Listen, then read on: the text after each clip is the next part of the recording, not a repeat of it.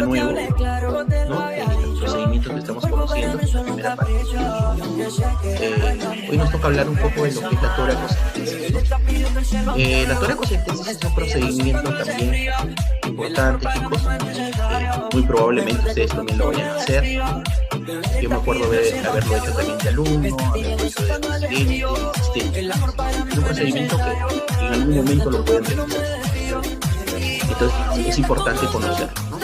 De alguna forma, ante el entrenamiento que nosotros diseñaron era generalmente un procedimiento ciego.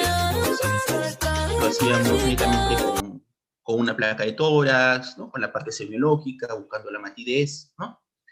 En la cual de alguna forma determinábamos el lugar donde ingresar, ¿no? Generalmente es por debajo del cápula, ¿no? Y podíamos hacer el procedimiento, ¿no? Ahora la tecnología permite de que muchos procedimientos sean realizados con guía ecográfica, ¿no? En parte está bien, porque hay más seguridad del paciente, podemos ver exactamente dónde es la zona, no si hay algún tipo de loculación que de alguna forma puede hacernos una complicación, ¿ya? Este procedimiento, chicos, como saben, la primera parte siempre, ¿no? Presentarse, ¿no? Preguntarle el nombre al paciente, explicarle el procedimiento, por qué le van a hacer, ¿no? Y por último, hacerle firmar un consentimiento informado, ¿no? Eso ya es para todo procedimiento, ¿no? Eso ya lo habíamos conversado desde las primeras prácticas, ¿sí? Eso no es nuevo. Lo otro importante es, hay dos tipos de toracocentesis, ¿no? La diagnóstica, ¿no? En el cual extraemos líquido para determinar si es un exudado, ultrasudado y hacer estudios especiales, ¿no? Y lo que es la evacuatoria, ¿no?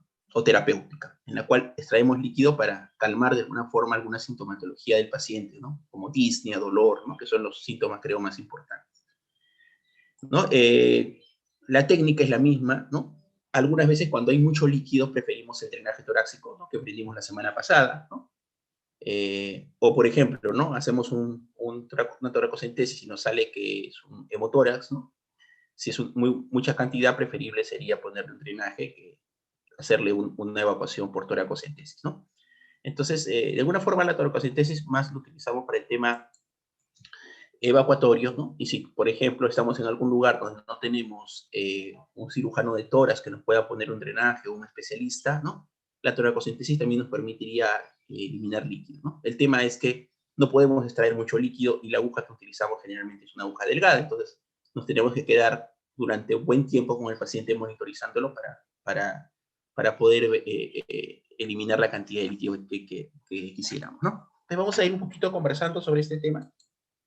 Vamos a ir un poquito conversando y yendo a la parte teórica, ¿no? Y por último, chicos, la parte importante, aparte del procedimiento, es el análisis del líquido, ¿no? Que eso de alguna forma vamos a hacer como una pequeña práctica final, ¿no? Para poder ustedes ver dónde pueden encontrar la información para poder hacer que se actúe.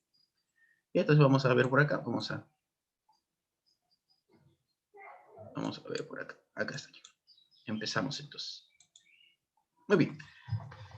Hoy nos toca entonces hablar un poquito de lo que es el drenaje torácico, ¿no? Que es la toracocentesis, ¿no? Como explicábamos, hay muchos drenajes torácicos. Uno de estos es la toracocentesis y el otro es el drenaje, ¿no? Torácico con DREN, ¿no? Con DREN torácico. Como ven ustedes, mucho del tema de la toracocentesis, ¿no? La posición cambia un poco, ¿no? Es decir, en el drenaje pleural vimos que generalmente el paciente tiene que, ¿no? tener cualquiera de las manos sobre la nuca o la cabeza, ¿no? La parte posterior. Este procedimiento generalmente lo realizamos con el paciente sentado, como vemos acá, ¿no? Entonces, de alguna forma necesitamos que el paciente colabore. No, podemos utilizar otras posiciones cuando el paciente no está adecuadamente o no está con un adecuado sensorio también, ¿no? Pero esta es generalmente la ubicación que vamos a utilizar, ¿no? ¿Cuál es la idea, no? Un poquito aperturar en esta parte los omóplatos, ¿no? Sacar los omóplatos de la parte de los pulmones para poder de alguna forma hacer una mejor extracción de líquido. Entonces, ¿en qué consiste? Es una punción de la pared torácica para retirar líquido patológico del espacio feral mediante una aguja fina, ¿no? O catéter sobre aguja o otro dispositivo, ¿no? Tiene diferentes tipos, ¿no? Toracocentesis, una paracentesis pleural, paracentesis torácica o pleuracentesis, ¿no? Pero el tema que más utilizamos, o la terminología que más utilizamos es toracocentesis. ¿no? Entonces, ¿cuál es lo que permite este líquido? Permite eliminar líquido de la cavidad pleural, ¿no? Entonces, por ejemplo, acá tenemos una persona, esto generalmente vemos, ¿no? Ahí tenemos la cantidad de líquido y podemos de alguna forma hacer la extracción, en este caso con un DRE, ¿no? Si es, por ejemplo, netamente queremos hacer estudio de líquido, ¿no? Solo con 30 mililitros divididos en 3 o 4 frasquitos, ¿no? Nos permite hacer un buen estudio. Si nosotros queremos eliminar de alguna forma una buena cantidad de líquido, ¿no? Más que todo un tema evacuatorio por una disnea, ¿no? Podemos hacer, ¿no? Con un sistema como vemos acá de drenaje, ¿no? Con aguja fina, pero no podemos extraer, como le dije también la semana pasada, ¿no? Extraer un poco más de 1500 de líquido, ¿no? Muy bien, lo que les explicaba, ¿no? Podemos hacerlo, ¿no? Con guía ecográfica y sin guía ecográfica, ¿no? La ventaja de la guía ecográfica es que nos va a permitir haber un poco menos de riesgo de pacientes y también riesgo de complicaciones, ¿no? Uno de los más que tenemos es el neumotórax. Entonces, se ha visto que cuando hacemos ecografías o toracocentesis con guía ecográfica, disminuye la cantidad de neumotórax, ¿no? Entonces, de alguna forma podríamos nosotros utilizar, ¿no? Por ejemplo, acá tenemos una ecografía, ¿no? Donde vemos el pulmón, vemos el hígado, ¿no? Vemos la parte de diafragma, acá vemos el derrame, ¿no?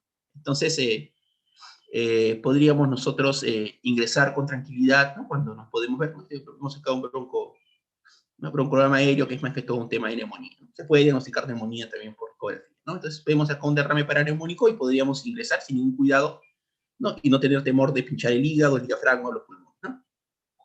Acá también, ¿no? Tenemos un tema de un derrame pleural, ¿no? Pero con empiema, ¿no? Como ven ustedes, cambia su densidad, ¿no? Densidad que también puede extraerse. Generalmente podemos drenarlo, ¿no? El tratamiento del empiema es con antibióticos, ¿no? Pero en algunos casos, por ejemplo, si el pH es menos de 7.2 o la glucosa está menos de 50, es indicativo ponerle un drenaje torácico, ¿no? Entonces, hay indicaciones especiales para poner drenaje en empiemas. Muy bien. Entonces, como les explicaba, el tema importante, chicos, primero es extraer el líquido y nosotros poder diferenciar, ¿no? Si esto es un exudado o un trasudado. ¿Eso lo podemos diferenciar clínicamente? Sí, ¿no? Generalmente en el exudado es una enfermedad sistémica, ¿no? Que dentro de sus manifestaciones está produciendo un cuadro de derrame pleural, ¿no? Por ejemplo, una insuficiencia cardíaca, ¿no? Que generalmente produce más derrame pleural en el lado derecho que en el lado izquierdo, ¿no? Y mayoritariamente es bilateral. Entonces, por ejemplo, si tenemos un paciente, ¿no? con insuficiencia cardíaca y sospechamos que esta insuficiencia cardíaca o este derrame es por la insuficiencia cardíaca, ¿no? Generalmente el tratamiento será para la insuficiencia cardíaca, ¿no? Restricción de volumen, restricción de sodio, diuréticos, ¿no? En general. Pero si, por ejemplo, el derrame es de gran cuantía, está coayudando a la disnea del paciente, que ya puede tener insuficiencia cardíaca, o vemos que el líquido es predominante en el lado izquierdo que en el derecho, como les explicaba, es donde más hay, ¿no? Entonces sería drenable, ¿no? Un poco para el diagnóstico, ¿ya? Otras causas, síndrome nefrótico, hipoluminemia, hipotiroidismo, síndrome de caballo superior, ¿no? Cirrosis, atelectasia, embolia pulmonar o quirúrgico, ¿no? Después de un paquín hepático. Entonces, el trasudado generalmente no se drena, ¿no? Solamente la insuficiencia cardíaca cuando hay alguna etiología, más que todo es manejo médico. Y el exudado, de todas maneras, hay que drenarlo, ¿no? Es decir, si nosotros sospechamos, ¿no? Porque no puede, a veces por la historia clínica podemos suponer que sea un trasudado o un exudado, ¿no? Pero lo que necesitamos es extraer el líquido para confirmarlo. Yo puedo tener una insuficiencia cardíaca que es trasudado, pero puede haberse infectado con una neumonía, ¿no? Entonces, de alguna forma yo saco el líquido y me va a salir, ¿no? Me puede salir que puede haber exudado, ¿no? Por el cambio que puede haber, ¿ya? Entonces, el exudado generalmente, entre los más frecuentes, vamos a ver neumonía, un derrame paraneumónico, ¿no? Empiema, ¿no? Asociado también a tuberculosis, neoplasias, ¿no?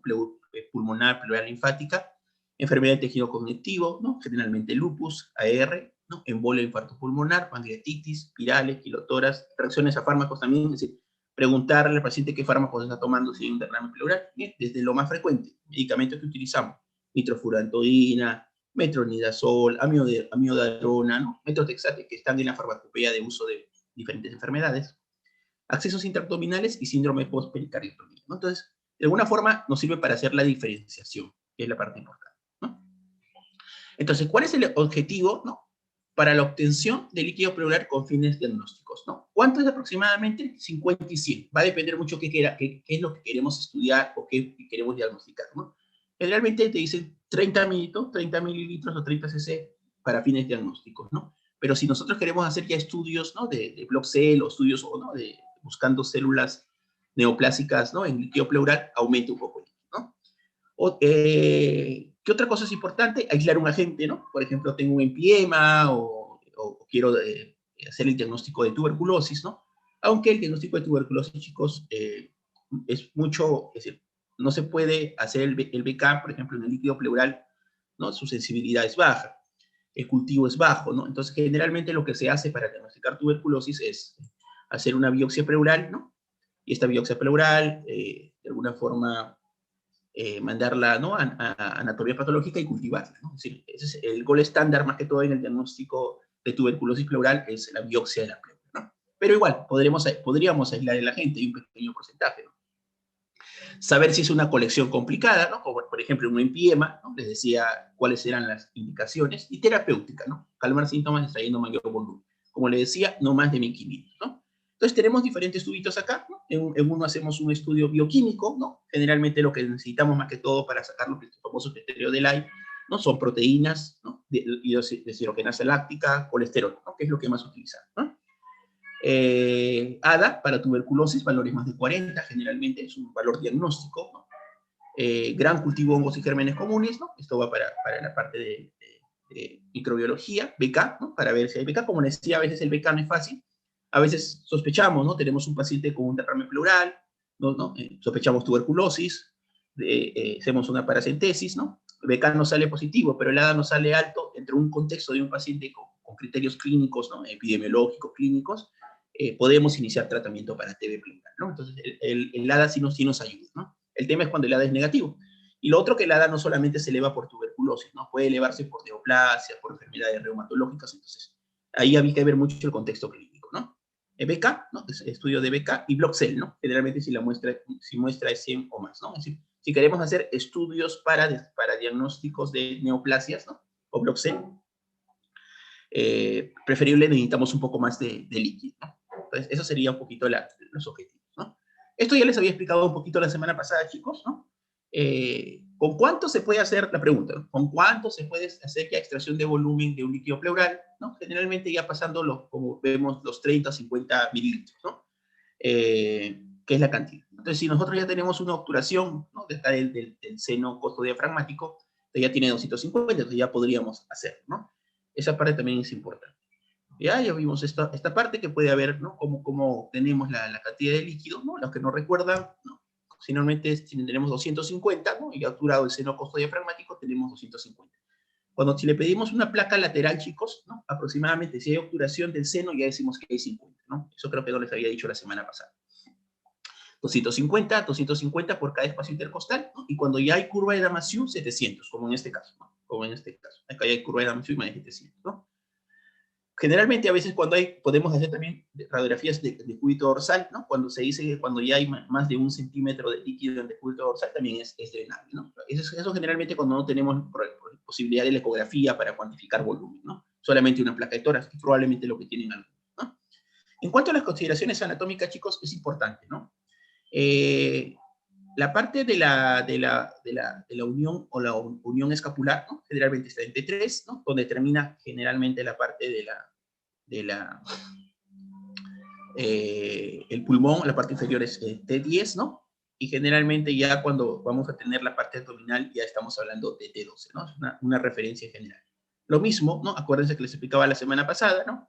El BAM pasa por la parte inferior, ¿no? de la costilla, ¿no? Sí, por la parte inferior de la costilla. Entonces, todo el procedimiento hay que hacerlo por encima de la costilla, ¿no? O por la parte del espacio intercostal, ¿no? La parte superior del espacio intercostal. Estas son nuestras referencias anatómicas, ¿no? Un poquito para saber exactamente cuáles son los datos donde podemos tener, ¿no? Por ejemplo, acá tenemos la línea vertebral, ¿no? La línea escapular interna, ¿no? La línea media escapular, que vemos acá, ¿sí? Línea media escapular, y la línea infraescapular, ¿no? Que generalmente está entre las costillas 7 y 8, ¿no? El límite, chicos, o cuál no debemos pasar, ¿no? El límite de seguridad, por ejemplo, para el drenaje era hasta la parte del quinto espacio, ¿no? Acá el tema del espacio es hasta D9, ¿no? Si tenemos un poco más de espacio. Como vemos, es en la parte posterior. ¿Dónde generalmente tenemos que hacer la punción, ¿no? La punción se hace a 5 a 7 centímetros, ¿no? De la línea vertebral, ¿no? Hasta la línea media escapular, ¿no? 1 o 2 centímetros en el espacio intercostal, debajo del nivel del líquido. Siempre sobre el borde superior de la costilla que veía, ¿no? Entonces, más o menos, esta es nuestra referencia, que está acá, ¿no? En la parte con rojito, donde de alguna forma tendríamos que hacer el drenaje, ¿no? El límite de 9 para no pasar debajo del pulmón, que llega hasta D10, ¿no? Es decir, debajo del pulmón, debajo de D9 y hasta la parte, ¿no? La parte del pulmón. Área ideal de punción, 2 centímetros debajo del ángulo de la escápula, de y lejos del hígado y el vaso, ¿no? Entonces, por ejemplo, acá tenemos el ángulo de la escápula, podemos decir 1 o 2 centímetros, lo que le decía al inicio, ¿no? Acá igualito, ¿no? Podemos ver acá la parte final de la escápula y estamos haciéndolo acá. No, nuestro límite o nuestra referencia es hasta D9, ¿no? Para no poder pulsar estructuras importantes. Muy bien. Materiales, ¿no? Esto lo vamos a ver también en la práctica, muy parecido, necesitamos equipos de bioseguridad, ¿no? Acá tenemos, por ejemplo, un drenaje, ¿no? Una triple vía, ¿no? Si queremos hacer, por ejemplo, una evacuación, ¿no? Tal vez tener un equipo de resección, ¿no? Eso va a depender mucho, ¿ya? Lo mismo, asegurar indicación, ¿no? Revisar una radiografía reciente, un perfil de coagulación, igual las plaquetas tienen que estar más de 100.000 y NR menos de 1,5, ¿no? Explicar el procedimiento, consentimiento informado, explicar cómo colaborar, ¿no? Realizar percusión, ocultación, ubicar zona de matidez. Esto generalmente lo hacemos cuando no tenemos pues, ayuda de una ecografía, ¿no? Comprobar materiales, empatía, posicionar y asexis, ¿no? Muy bien. En los pacientes que no son colaboradores o que no se pueden sentar, ¿no? Como víamos en el caso, ¿no? Generalmente la posición que tenemos que tener es, ¿no? Nos apoyamos en una mesita, una almohada, ¿no? Hacemos que el paciente pueda echarse y poder aperturar la mayor, ¿no? Y ponerse hacia adelante para poder aperturar de mejor forma los omóplatos, ¿no? Si, por ejemplo, tenemos un paciente no colaborador, podríamos utilizarlo, ¿no? La misma técnica que vimos la semana pasada para lo que es el drenaje torácico, ¿no? Entonces, es también una indicación, ¿no? Es el quinto espacio intercostal, línea axilar media, ¿no? Pero esto para los pacientes que no colaboran. Idealmente, la mejor posición es la que tenemos acá, ¿no? Que es sentado el paciente, ¿no? Con apertura de brazos y con una almohada, porque va a estar algunos minutos, o tal vez raro, ¿no? 30 minutos, 45 minutos en esa posición, ¿no? Lo mismo, Avon, ¿no? La misma técnica, tenemos que, ¿no? Igual hacer una anestesia de la piel, del periósteo, vamos ingresando, ¿no? Ingresamos por la parte superior, ¿no? Podemos hacer también un marcaje, ¿no? Como vemos acá, ¿no? Hacemos la punción, ¿no? Tenemos acá, por ejemplo, una triple, ¿no? Una llave de triple vía en la cual podemos ir aperturando, ¿no? Para ver, para la cantidad que queramos tener, ¿no? Si es evacuatoria, generalmente lo que hacemos es quitamos la jeringa, ¿no? Y le ponemos, cerramos la llave de triple vía y ponemos un adaptador, ¿no? Para poder hacer una evacuación, ¿no? Si fuera una gran cantidad, ¿no? Si queremos solamente para hacer diagnóstico, ¿no? Necesitamos, por ejemplo, 30, 50, 100 mililitros, depende de lo que estemos buscando, ¿no? Entonces vamos a tener que solamente extraer esa cantidad, ¿no? Podemos ayudarnos con esta técnica, ¿no? Siempre importante, chicos, ¿no? Como todo procedimiento, ¿no?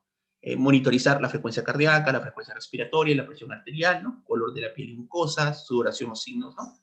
De hipoperfusión, náuseas, ansiedad, dolor torácico y tiraje, ¿no? Es decir, manejar la sintomatología que pueda tener el paciente en el procedimiento, ¿no? Lo vemos nauseoso, un antiemético, está ansioso, tal vez podemos darle, ¿no? Algo ansiolítico, está con dolor torácico, algo para el dolor, ¿no? Está con dificultad para respirar, un poco de oxígeno para ayudar, ¿no? ¿Cuáles son las principales complicaciones, chicos? Uno es la lesión de la arteria intercostal veno-nervio, ¿no? Si pasamos por la parte inferior de la parte costal, ¿no? La otra complicación es el enfisema subcutáneo o el neumotórax también, ¿no? Es otra complicación. Hematoma de quimios de pared, ¿no? Infección celulitis impígama, ¿no? Es decir, muchas complicaciones muy parecidas al drenaje torácico, ¿no? Muy bien. Entonces, la parte importante también, chicos, es que ustedes de alguna forma puedan reconocer, ¿no? Ustedes le ponen una placa, ¿no? Y cómo reconozco cuál es antero posterior y posterior anterior, ¿no? Generalmente, las que más utilizamos, o lo que ustedes, ¿no? Van a ver, son las postero anteriores, ¿no? Es decir, en este caso, al paciente se le envía a una sala, ¿no? De radiología, ¿no? Y generalmente se le coloca se le hace elevación de brazos, se le pega sobre el equipo para hacer la imagen radiológica, ¿no? En cambio, las anteroposteriores generalmente son las que utilizamos más que todo las portátiles para emergencia. Entonces, ¿cómo diferenciamos, no? La posterior anterior, que es la que más vamos a utilizar por el tema de lo que ustedes más van a ver, ¿no? Generalmente, lo que vemos acá, ¿no? es un tamaño adecuado del corazón, ¿no? Las escápulas están rotadas hacia afuera del pulmón. Por ejemplo, acá vamos a ver. Vamos a poner por acá para poder verlo.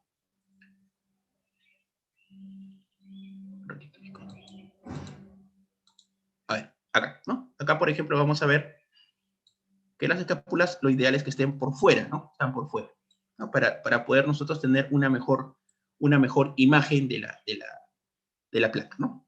Y las clavículas pasan unos 5 centímetros por debajo del vértice pulmonar. Es decir, las clavículas van a ver, ¿no? Por eso que algunas veces esta parte del vértice puede estar alterado, ¿no? Puede confundirse, ¿no? La parte superior, más que todo en tuberculosis, ¿no? Esa parte es importante, ¿no? Es decir, las escápulas están por fuera, ¿no? Y las clavículas están por dentro. Una placa posterior anterior. En cambio, en la parte de cuando hacemos una anteroposterior, ¿no? Generalmente esto no nos sirve para ver lo que es el corazón. Generalmente se magnifica el corazón por la incidencia que podemos tener. Nos puede impresionar una cardiomegalia, pero no es lo más indicativo, ¿no? Las escápulas están superpuestas sobre los capos pulmonares, ¿no? Entonces, a veces podemos, de alguna forma, tener algunas imágenes que nos pueden confundir o pensar que son algún tipo de alteración, ¿no? Se puede ver, ¿no? Y las clavículas están proyectadas por encima de los vértices, ¿no? Entonces, de alguna forma, lo importante es que ustedes reconozcan, ¿no? Le ponen una placa y le dicen, ¿es antero-posterior o posterior-anterior? Ya más o menos con esto que se les está explicando, tienen alguna idea para poder conocer mejor una placa. Chicos, creo que esto era la parte más importante. Vamos ahora a hacer la parte de una pequeña práctica, ¿no? Que es la parte que a ustedes también les interesa. Por ejemplo, ya hice el procedimiento. Ahora, ¿cómo yo hago para analizar mi líquido? ¿Ah? Esta es la segunda parte. Entonces, para esos chicos tenemos los famosos criterios de Lai, ¿no? Los criterios de Lai lo que nos hacen es evaluar, ¿no? Evaluar la cantidad de líquido, ¿no? Acá están los 3 criterios, ¿no? Proteína y líquido pleural, ¿no? El ratio, que es la proteína del líquido pleural, ¿no? Sobre la proteína total o sérica, ¿no?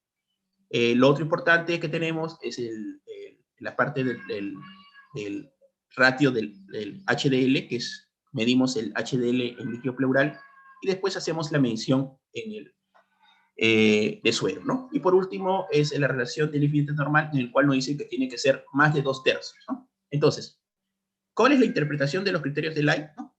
Si solamente se cumple uno de los criterios, ya decimos que es exudado, ¿no? Entonces, se cumplen los criterios de derrame exudativo si la relación proteína y líquido pleural es mayor de 0,5.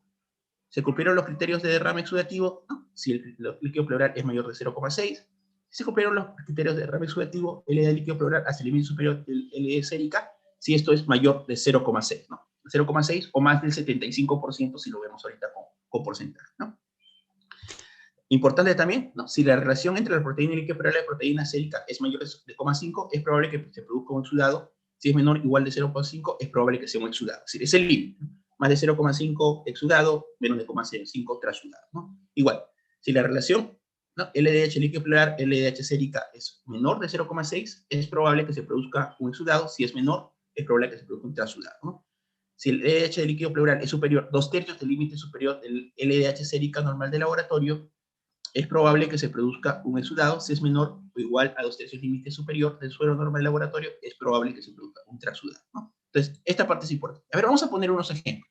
Acuérdense, chicos. Generalmente, si nosotros sospechamos que hay un exudado, ¿no? Es decir, que hay una inflamación de la pleura per se, lo que generalmente se va a elevar más es las proteínas en líquido pleural, ¿no? Y el HDL. Eso es una lógica normal. En cambio, en los trasudados, ¿no? Las proteínas van a estar, se podría decir, normales o bajas, y el HDL también. A ver, vamos a poner unos ejemplos acá para que nos podamos decir, ¿ya? A ver, la proteína sérica normal, chicos, normalmente es 4. Un ejemplo, 4. A ver, yo quiero, voy a poner ejemplos de exudado, ¿no? Yo digo, una proteína en líquido pleural tiene que estar mucho más elevado que 4 para decir que está normal. Entonces le voy a poner 8. ¿Ya? El HDL en suero normalmente, chicos, es 250, un promedio. Entonces yo le voy a poner acá, HDL líquido pleural, le voy a poner 1000. Entonces le estoy poniendo más alto. ¿Ya? Y acá el límite superior de la HDL sérica, acá me piden el valor, ¿no? Es decir, normalmente el valor es 250. Entonces, miren, acá ya me salen los valores, ¿no? Me dice, si es más de 0,6, 0,5 en la parte de proteínas, es exudado. Si es más de 0,6 de proteínas, es exudado. Y si yo tengo más de, ¿no? El límite superior, más de 0, más de 0,6666, ¿no? Diríamos que es exudado, ¿no? Lo que hay que ver acá es eso, ¿no, chicos? Si el límite superior es 250, ¿no? Diríamos, ¿no? El doble, ¿no? Sería 500 y el 75% R más sería 750. Entonces, está el líquido pleural mucho más del 75%. Si queremos sacarlo por fracción, nos sale 400, ¿no? Es decir, de alguna forma cumple más del 75%. Entonces, esto lo podemos de alguna forma también nosotros ir cambiando, ¿no? Si queremos porcentaje, más del 75% es positivo, y si queremos de alguna forma ver fracción, más de 0,6. Entonces, miren, hemos sacado ejemplos de exudado. Es decir, acá los tres cumplen criterios de exudado. Solo uno es necesario para decir que hay. Ya, chicos, este es el Act2D, es una calculadora que ustedes la tienen. Ahora voy a poner ejemplos, ¿no? Para poner un poquito de ejemplos de trasudado, para poder ejemplos. Entonces acá todos cumplen criterios para exudado. Ahora voy a poner para cumplir criterios de trasudado. ¿Ya? Muy bien. A ver, la proteína sérica normalmente es 4. ¿Ya? La proteína de líquido pleural la voy a poner menor, la voy a poner en 2. El HDL sérico normalmente es 250. Entonces acá lo voy a poner en 100. ¿Ya? En 100. ¿No? Y el límite normal acá es 250. Entonces vamos a ver cuánto nos sale ahora. Miren.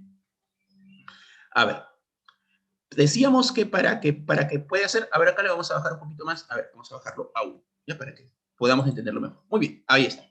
Entonces, nos decía, ¿no? Que para que nosotros podamos decir que no es exudado, es decir, que es trasudado, la relación líquido pleural proteína sérica debe ser menor de 0,5, es decir, acá sale 0,25, cumple criterio de exudado. La relación debe ser menor, ¿no? De 0,6, 0,4. O la proporción tiene que ser mayor de 0,66666. Es menos de 0,666, 0,4, ¿no? De acá yo quiero sacarlo en porcentaje porque nos piden, ¿no? Entonces tiene que ser mayor de 75%. En este caso es 40%, entonces no cumple criterio, ¿no? Puedo sacar por porcentaje porque eso es lo que nos dicen, ¿no? 75, 2/3 más del valor o 75%, ¿no? Entonces en este caso tampoco no nos sirve. ¿Ya, chicos? Entonces esto es un ejemplo, esto es una calculadora, ¿no? Entonces, ¿qué necesitamos o qué son los valores que necesitamos? Tener proteína sérica, DHL sérico, proteínas y HL sérico. Eso nos interesa mucho. También puede ayudarnos el colesterol, ¿no? También, pero después ya lo que queramos nosotros estudiar, ¿no? Si queremos hacer cultivos, ¿no? BK, ADA, ¿no? Queremos hacer estudio líquido pleural. Y chicos, esto está en Act2D, ustedes lo tienen, es gratis, la universidad se los da. Entonces es necesariamente tener la calculadora, ¿no? Y saber los criterios para interpretar, ¿no? Si alguien se olvidó, entra a la calculadora y lo hace, ¿no? Pero la idea también es que ustedes sepan de alguna forma interpretar el tema de la calculadora. ¿Ya, chicos? Muy bien. No sé si hay alguna pregunta sobre esta parte. Voy a volver a colocarla, se me fue la pantalla. Sobre esto de los criterios de Lai, que no se haya entendido. ¿Se entendió? ¿Todo claro? El chat, por favor, chicos. Estoy abriendo el chat. Preguntas, dudas, comentarios sobre este procedimiento. Lo que interesa, chicos, es hacer el procedimiento y saber a qué le voy a hacer. Es diagnóstico terapéutico. Si de alguna forma es diagnóstico, importante, los criterios de Lai, defino, ¿es exudado o es trasudado? ¿No? Lógico, con esto, con alguna forma, con el tema de la historia clínica, ¿no? Es decir, ¿qué es lo que estoy buscando? ¿No? Es decir, a veces yo supongo, estoy buscando un exudado o un trasudado. Tengo duda diagnóstica en un exudado, ¿no? Hago una toracocentesis para ver si realmente es un exudado o es un trasudado. Muy bien, chicos. ¿Preguntas? Creo que acá está Jessica, dice que no. ¿Todo claro, chicos? ¿Todo claro? ¿Alguna pregunta? Buenos días. Sí. Doctor, una consulta. No, Sí, Clara. no sé si de repente no estuve atenta, pero ¿Cómo Sí, hacemos con un paciente obeso? En el claro. caso de las referencias anatómicas, ¿cómo podría yo saber dónde está la Miren, una de las recomendaciones más importantes con los pacientes obesos es generalmente hacerlo con guía ecográfica, ¿no? Porque necesitamos de alguna forma poder hacerlo. La recomendación, chicos, es generalmente si el paciente es muy obeso, hacerlo preferiblemente el drenaje pleural con agujas de punción lumbar, ¿no? Que son más largas y son un poquito más gruesas, ¿no? Pero con guía ecográfica, ¿no? Porque va a ser un poco difícil poder, ¿no? Realizarlo, ¿no? Es decir, si lo hacemos con guía ecográfica y vemos que la distancia entre la pared y el líquido no es muy grande, ¿no? Tal vez podemos utilizar una aguja, ¿no? Las agujas que normalmente utilizamos para estos procedimientos, ¿no? Que son las agujas un poquito más largas, ¿no? 14, 16, ¿no? Pero si vemos que la distancia es muy larga desde la pared con ecografía, ¿no? Hasta la parte donde se encuentra el líquido, ¿no? Generalmente hacerlo con agujas de punción lumbar, ¿no? Entonces eso va a depender mucho de la distancia que encontremos, ¿no? Generalmente, chicos, como les digo, acá en Perú es muy difícil hacerlo con guía ecográfica, ¿no? A veces lo que hacemos es marcaje, ¿no? Es decir, mandamos al paciente y le decimos, ¿no? A ver que nos hagan un marcaje o nos hacen in situ el marcaje y ahí podemos de alguna forma hacerlo. Si es un paciente complicado, ¿no? Que probablemente pues, hay algún riesgo de poder hacerle una punción, ¿no? De alguna estructura, producir un neumotórax, ¿no? Lo más indicativo ahí es hacerlo con guía ecográfica, ¿no? Es decir, también necesitamos, es decir, acuérdense, la ecografía es dependiente del que hace el procedimiento, ¿no? Y de la capacitación que tenga esta persona en realizarlo. Entonces, no todos de alguna forma manejan adecuadamente el tema del traductor o el conocimiento del apoyo para drenaje, ¿no? Eso sería un poquito, Sandy, la explicación.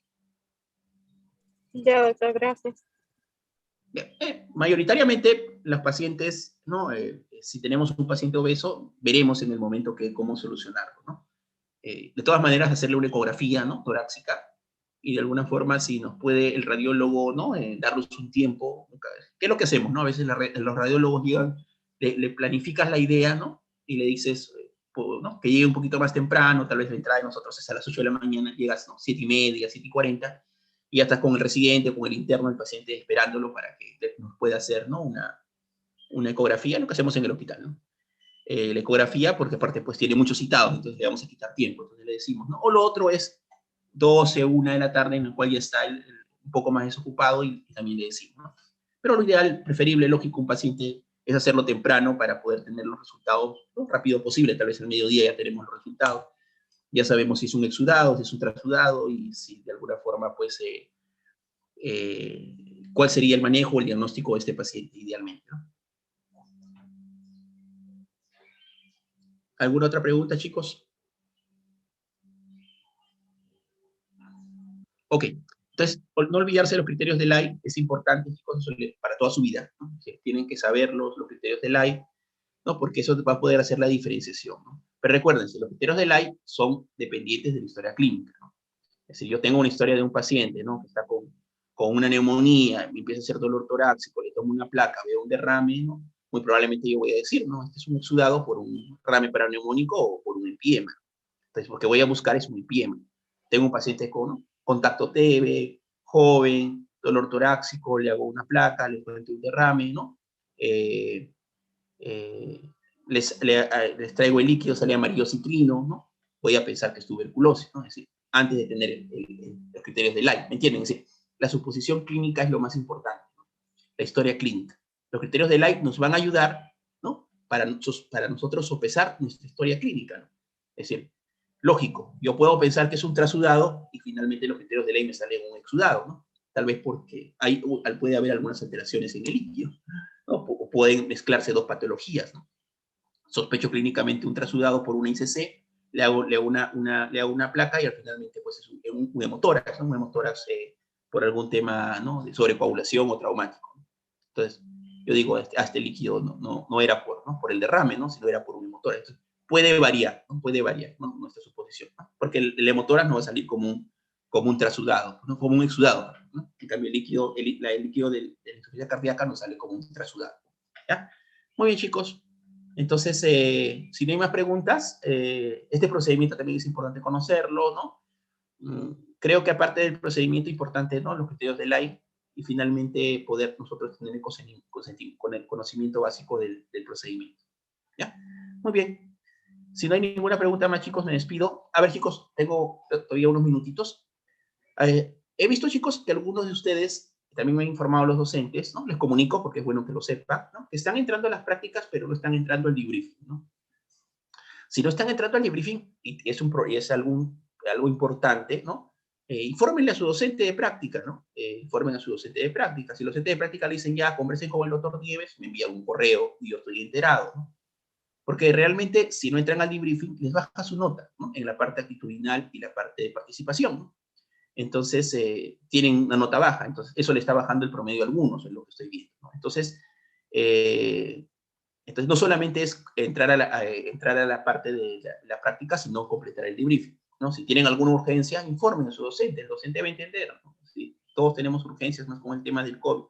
Pero si no informan, no entran al debriefing, probablemente va a ser él, ¿no? Es decir, lo que he analizado, a los que se les ha bajado su nota, o en el promedio que ya está en el Blackboard, es porque han faltado alguna práctica y no han justificado ni con su docente ni conmigo. Entonces yo no puedo de alguna forma poner una nota a alguien que no ha entrado a una práctica, o que no han cumplido la práctica o el debriefing, ¿no? Porque el video, la nota es promedio para la mayoría, ¿no? Es una nota probatoria, solo alguien que no haya participado en el video, ¿no? Pero las prácticas, el no ingresar a la práctica y no justificar, ¿no? Les va en desmero de su nota, o ingresar a la práctica y no ingresar al debriefing, ¿no? Entonces, como les digo, la clave, chicos, de aprobar el curso, aparte de dar un examen, aprobar los 2 exámenes, es entrar a las prácticas. Y si no se puede entrar, justificarlas, ¿no? Como algunos compañeros me han hecho, ¿no? Doctor, no he podido entrar. Yo les doy facilidades, chicos, ¿no? Pero, de alguna forma, el interés de ustedes, ¿no? Tampoco no voy a estar siguiendo al que no faltó y enviándole un correo, porque a veces el tiempo para los docentes es un poco más complicado, ¿ya? Es una recomendación, chicos, para evitar a la última hora poder estar en correteaderas de las notas, ¿no? No es lo ideal. Sí, Edo, te escucho. Sí, doctor, buenos días. En primer lugar, disculpadme, yo he tratado de ingresar, pero hoy día, y lo que sucede es que en mi computadora salía de que algún problema en cuanto a mi código del teléfono, el correo. A todos nos ha pasado eso, a mí también. Y ya, bueno, eso pasó y al final no sé cómo entró. Ya, bueno, no te preocupes, Edo. Sí, creo que están actualizando datos. No te preocupes. Yo entiendo que has tenido una complicación. Yo, como les digo, chicos, tomo foto al inicio, al medio y al final, porque algunos se pueden desconectar, se desconectan, pero están presentes, ¿no? No hay problema. Mientras esté su nombre ahí, ¿no? Yo confío que están, ¿no? No es que esté alguien y está haciendo otra cosa. Eso sí sería mal. Pero gracias. Si están presentes, no hay problema. Chicos, me despido, chicos. La otra semana nos toca paracentesis, la siguiente semana nos toca raquicentesis, y de ahí viene el examen teórico que ingresaría desde el lavado de manos hasta la raquicentesis de posición lumbar. Y chicos, pónganse a estudiar, entran muchas preguntas de la teoría, ¿no? Y también de la bibliografía que les dejo yo en el blog. Les dejo un artículo para que lean, que no es un artículo complejo, es algo que ustedes como médicos generales deben de saber, ¿ya? Muy bien, chicos. Me despido, entonces nos vemos la próxima semana, y cualquier duda, cualquier inconveniente, más en este tiempo de COVID, chicos, yo entiendo que hay algunos que están sufriendo la enfermedad en carne propia, otros están con sus familiares, no, pero avisen un correo, ¿no? Y se les dará la facilidad, chicos, ¿no? Entonces nos vemos la otra semana. Lógico, algo justificado, ¿no? No es porque no quiero entrar, doctor, porque me levanté tarde, no. Justificado porque hay algo importante que uno no pudo hacer por la práctica o la teoría.